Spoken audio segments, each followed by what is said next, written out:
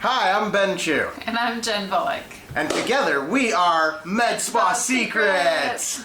So, today's episode, we are coming at you with a topic that some of the community is maybe split on, and that is consults, and whether to do paid or unpaid, or how do you handle consulting in your med spa. Jen, I mean, you do most of the consulting, though we've worked together on overarching frameworks and ideas about how we consult at Illume.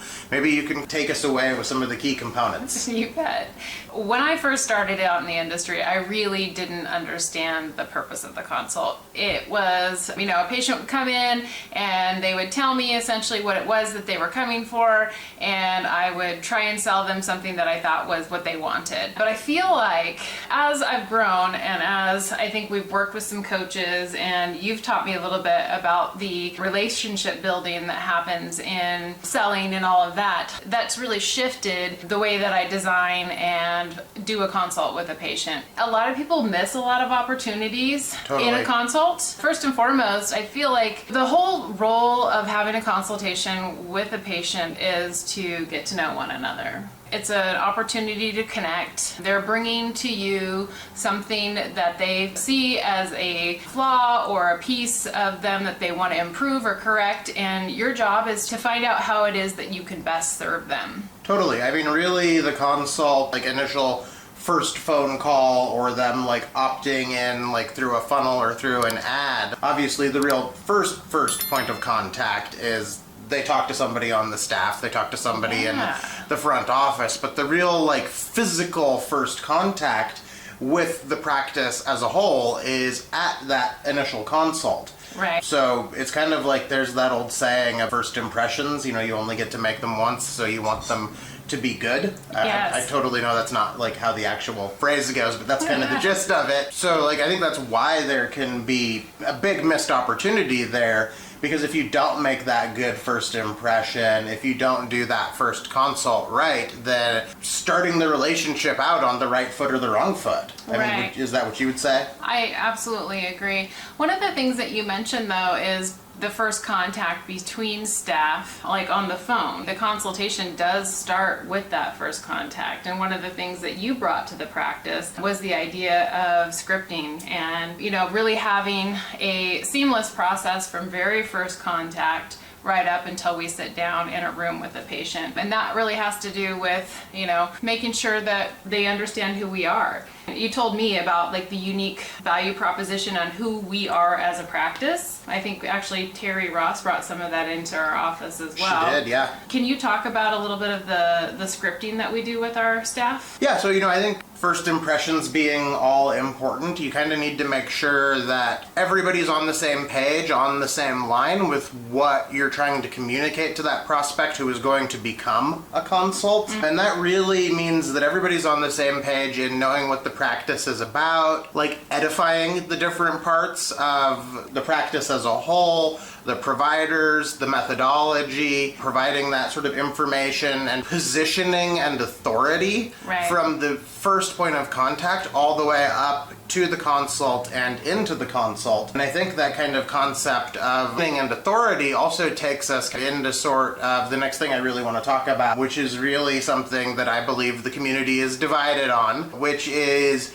paid consult versus complimentary consult. Right. And personally, I believe that the most successful practices do a paid consult. And that's what we do at Illume, and maybe I'm a little bit biased there, but every other med spa owner that I know that's above 7 figures, or that's even the rare med spa that's in 8 figures doing 10 million a year or more, they all do paid consults. Right. And I think that really changes the dynamic and the relationship, because if people don't pay for something, if they don't have any skin in the game at all, they're not invested, and then they're tire kicking, maybe they no-show consults, maybe they're not taking it as seriously when they show up because they haven't invested anything or there's no skin in the game. I think there's a whole lot of really good reasons to do a paid consult style of consult. And I think that most of the reasons for doing a free or a complimentary consult are not very good reasons. I think they generally tend to be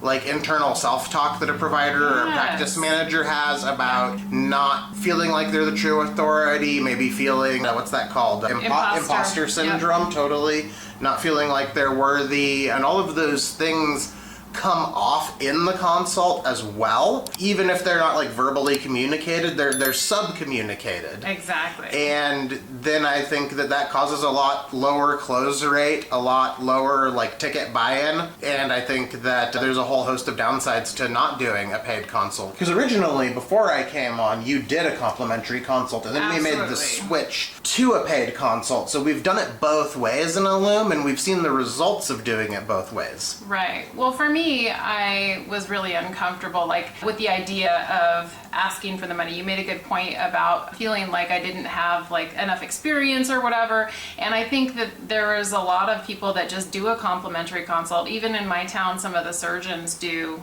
just an unpaid. So it's like, come and see what I have to offer, and maybe if you like me, you'll spend money with me, right? And what I found though is that we had a lot of people that just didn't respect my time. You know, I would have 3 consults scheduled for a day and 1 would show up. And, you know, it got to the point where I feel like when we started to implement the paid consults, we got a higher quality of patient. People showed up. It's a small consultation fee. It's $50. It's not that much money, but by somebody giving that money to us or setting that aside on their credit card before they walked in the door, it really did change how they viewed the appointment, the importance of it in their time, and we saw our no-show rate go down exponentially, and the quality of the patient that came in was a lot higher. They came in prepared to do business, right? They came in prepared to spend money.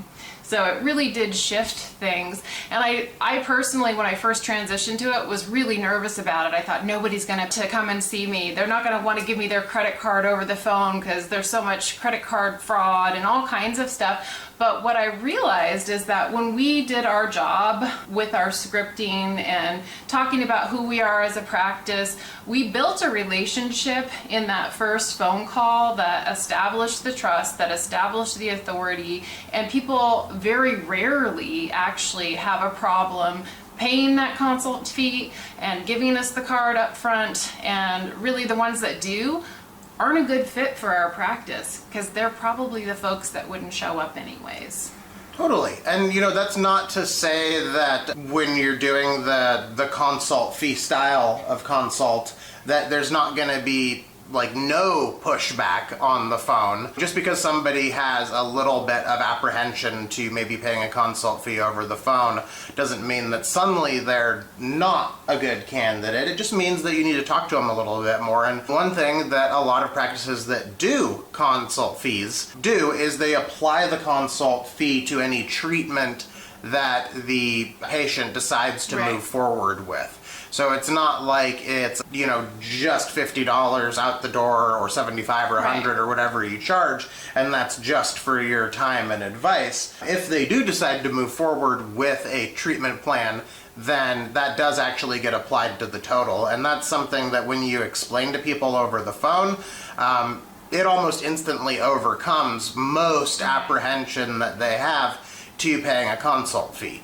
Right. Conversely, there are some practices where the consult fee is actually the fee for the consult, and it doesn't apply to other things. And I do think that that is also a good strategy as well, but I think that when you do it that way, you have to really dive in more forcefully on the positioning and authority time to where you're really communicating that, like, this provider here, they are the expert, they are the shit. Their time is worth way more than, you know, $50 for a 45-minute consult. You are getting a steal to get that time with them, and then, you know, basically, like, it doesn't matter if it's applied to any, like, going on treatment or anything after the fact. But that definitely requires more work on the front end of, telling the story of the authority, really providing the positioning, really edifying and building up the personality of the provider. And it tends to work well, I feel, more with people that are already on the celebrity injector side of things and have huge followings and stuff like that, because people are like, oh yeah, totally, this person's time is worth way more than, a consult fee, and I'm lucky to even be able to be talking to them. Right, absolutely. Yeah, I think that that's absolutely true. One of the things I think, also is just if you are going to be taking a fee and it doesn't apply to something, really providing value to the patient while they're there, and that can be, providing a, written treatment plan or sending them home with something physically that they can take with them. Some practices have a Visia scanner, and that gives a patient a look at what's going on with their skin. It gives them a printout, and you can use that to make recommendations. So even if they don't move forward, they feel like they had something of value, whether it's a relationship exchange or an actual treatment plan that they can go and follow and take and use. Yeah, that's a really good point too. I do think that a lot of practices miss the opportunity to do something like a Visia scan or something, and there's more than Visia out there. I think there's a number of different machines that essentially provide an aesthetic. Would you say it's maybe like an aesthetic, like skin health diagnostic? Sure. Really? So now all of a sudden in the consult, you've added a diagnostic process as well, which shows a whole lot more value being provided. Because normally when you go to any other medical provider and you get any other diagnostic, whether that's blood work or an MRI or God knows what, you're paying out the nose for it. You're paying a lot more than a consult fee. Right. But, kind of long story short, whether you're doing a consult fee consult or a complimentary consult, whether you're doing, diagnostics and treatment plans and all of that, really what you're talking about is it's an opportunity to see if you and that prospect who's now becoming a patient or potentially becoming a patient, if they're a good fit for you and if the practice and your style of doing things is a good fit for them. Because even if somebody has paid a consult fee and is already kind of bought in on your authority and positioning as an aesthetic expert in your local market, they might still not be a good fit for your practice, or your practice might not still be a good fit for them. Exactly. And maybe you can speak a little bit on that, because you don't necessarily treat everyone you consult either. I don't. And I think, when I first started, I was, so desperate to treat any patient that walked in the door. I felt like I needed to be everything to everyone. And a lot of times, I would go against what my gut was saying, or I would, provide a one-off treatment for a patient because that's what they came in asking for. And it, first of all, created a lot of problems for me and the patient, and it didn't do anything to establish myself as the authority. So I think being willing to turn away a patient that just, the little hairs on the back of your neck go up and you're just like, something's not quite right. It's the person that comes in complaining about every other previous treatment they've had, or somebody who has real unrealistic expectations about what they want, and it's budget based, or they'll tell you that they've had 12 units of Botox to treat their whole face before, and I just don't think I can do it. If you go against what you should be doing just for the dollar, I think a lot of times that ends up to come back and bite you. And so being willing to get to know the patient and be like, is this a good fit for me? Can I do and provide the service that they're hoping for and expecting for within their budget? And one of the things that I do is I use an aesthetic interest questionnaire. Yeah. Okay, so when I first started, I was like, oh, how do I even go about having this conversation with people? How do I even go about, taking them along a journey? How do I figure out how to do a treatment plan? And one of the first tools that we brought in that we got through another provider, we did some coaching. Terry. Yeah, Terry Ross. Terry Ross. She introduced us to a tool called the Aesthetic Interest Questionnaire. And what it is, and there's other, tools out there similar. I've seen. Yeah, Allergan has one, right? Right. So there's like a picture of a face and, there's like wrinkles or whatever. But our interest questionnaire it's focused on like problems and outcomes and things that people want to work on. So whether it's, dark sunspots or enlarged pores or wrinkles around the eyes, it gives them an opportunity to check off anything that they want to talk about. And me, as a provider, I put together a treatment plan that's based off of our foundation of how we approach, or I approach, anti-aging as a whole. And it's around building a treatment plan that is geared to, address the issues that they are coming in with, but also give them kind of an overarching plan or a roadmap to follow. And the interest questionnaire makes it really easy for me to just go along and talk about the different points, because almost everybody I know comes in has something that they want to, work on with their skin, whether it's dry skin or enlarged pores. We all have very similar things that we bring to the table, and it just guides my conversation and asking them about what they're doing currently, what's working, what's not, what they like, guiding, we bring the mirror and we look at their skin and their face, and we have a Vizia scanner so we can scan and we can talk about that. I mean, those sorts of things are all tools that we use, but ultimately what it does is it takes them along the conversation that I already know I want to have with them.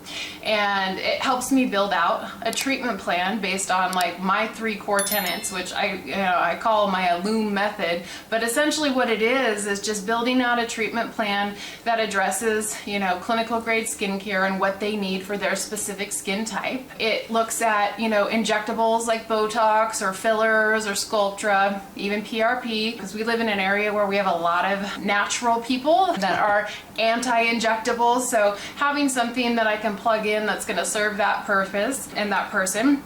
And then also looking at energy-based devices, or, like peels or, microneedling or whatever. We do a lot with, I have like 5 or 6 different lasers, and we go over, essentially just the key pieces that I would take a patient along, and I build it out for them. And of course, not everybody is ready to do everything right off the bat. I mean, we all have budgets and things like that we want, or priorities that are, first things first. And so what I do is I build out essentially this pathway that they can follow over the course of our relationship, and it gives them, they go home with an actual, treatment plan. This is what's number 1, and maybe number 1 includes what, their main priority is. Maybe they came in because they wanted Botox, and then, just takes them along this path, and it really just makes our relationship, they know what to expect, because I've told them this is what I would suggest for you. This is the plan that we would take if you want to get to, your best possible outcome. And who doesn't want that? Who doesn't want to know how to get to their best possible outcome? And then it allows them to take the steps as they're ready. And some people are ready before others, but that's really kind of how we build that out. And I think that, with a tool like the Aesthetic Interest Questionnaire and then building out a treatment plan based on that, you end up with a situation that's like night and day different from what could have happened. Because what could have happened is somebody could have called into your office, they could have scheduled a consultation with you, paid or not, whatever, for the case of this, example, doesn't matter there. But then they come in and, they came in because they wanted Botox. And you could have very easily just been like, oh, you want Botox? Cool, medically, you're a great candidate for Botox. Stick, there you go, you've got Botox, now you're out the door. And maybe, that patient ended up being worth like a few $100s to your practice. And maybe they come back at some time in the future, maybe they don't. It was just this like one-off treatment. Conversely, like, you could have done that, or you could look at this whole long list of everything that they're interested in, right? Because they're gonna write down more than just, I want Botox. Because if they want Botox, they want it for a reason, and it's not because they want Botox. It's because they're experiencing the signs and symptoms of aging. Botox is one thing they know that they can do about it, so then they come in for Botox. Yes. But if you have this consulting process, you've got this questionnaire, you find out all of the other things that are actually problems for them that they tried to sum up in just one word as I want Botox. And then you can build out this whole treatment plan that's going to A, reinforce for them what an expert you are and how thorough you are and how much you can do. B, it's going to get them in for other treatments that are not just Botox, making them worth, essentially an unlimited amount of dollars instead of a couple $100 to your practice, because you can have a relationship that can go on for 2, 3, 5, 10 years even. Right. And now you've turned something that could have just been like a one and done few $100 thing into a multi-$1,000 lifelong relationship. And, both of those are a consult, but you can get wildly different results from how you execute that consult. Right, which for me, relationship is probably one of the key pieces to why I went into healthcare, why I went into nursing, and it's super important to me. So once I was able to kind of dial that in and understand how that will help build our relationship from the very first moment that we connect in a consultation right through the life cycle of, the patient relationship, it really does feel like I'm doing something of value, that I'm providing something of value, and I feel good about what I'm doing and the relationship that we're building. So it's been a really beautiful process for us. Yeah, so that's consults. That's kind of how we consult. Some kind of just overarching ideas around consults, paid, unpaid, treatment plan, no treatment plan. There's all sorts of different ways to do it. We've presented you with the ways that we think are best because they're the way we do it. If you got some value out of that, please hit that thumbs up button, like, subscribe if you want to follow us for more, and hopefully we'll see you on the next Med Spa Secrets. Bye, guys.